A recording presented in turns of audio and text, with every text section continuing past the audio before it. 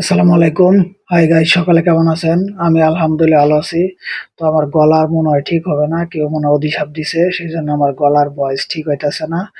তো আল্লাহর কাছে অনেক দোয়া করতেছি, আপনারা একটু দোয়া করেন যাতে আমার গলাটা ঠিক হয়। তো রোজগারের মতো আমরা ইফতার করার জন্য বেরিয়ে পড়লাম গেট পাড়ের উদ্দেশ্যে। তো হাজি কাচ্চি বিরিয়ানি আমরা নিয়মিত ইফতার করি, কারণ ভিতরে আমাদের ইফতার করতে অনেক সমস্যা হয়। কারণ এখানে মহিলা স্টাফরা থাকে না, সকলে বাসায় চলে যায়। তো আমাদের এগুলা কাটা-কুটা কে করে দিবে? তাই আমরা নিয়মিত এই বাহিরে ইফতার করি। একেক দিন একেকটা খাই। কতদিন মোরগ পোলাও খাই, তারপরে কালা ভুনা দিয়ে ভাত খাই, তারপরে আপনার মিল্লি ভাত খাই। তো কাচ্চি বিরিয়ানিও খাই। এখানে ২ ধরনের কাচ্চি বিরিয়ানি পাওয়া যায়।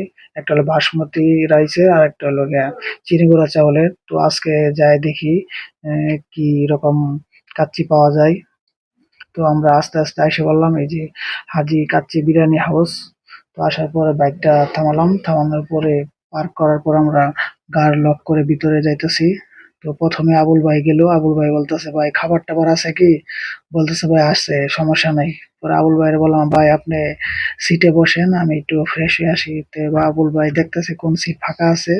তো বসার পর আমি ফ্রেশ হয়ে আসলাম, আসার পর আবুল ভাই আবার ফ্রেশ হয়ে আসলো। বসার পর রফিক ভাই বলতেছে খাবার অর্ডার দিছেন? আমি কোনো সমস্যা নাই, ভরপুর খাবার আছে। তো আমরা এই টেবিলে বসছি ৪ জন, আরেক টেবিলে বসছি ৩ জন। কারণ টেবিলে তো সিট নাই, সেজন্য এমন করে বসছি। তো আপনারা এখানে আসবেন, খাবার খাবেন, খুব ভালো খাবার উনারা সার্ভ করে।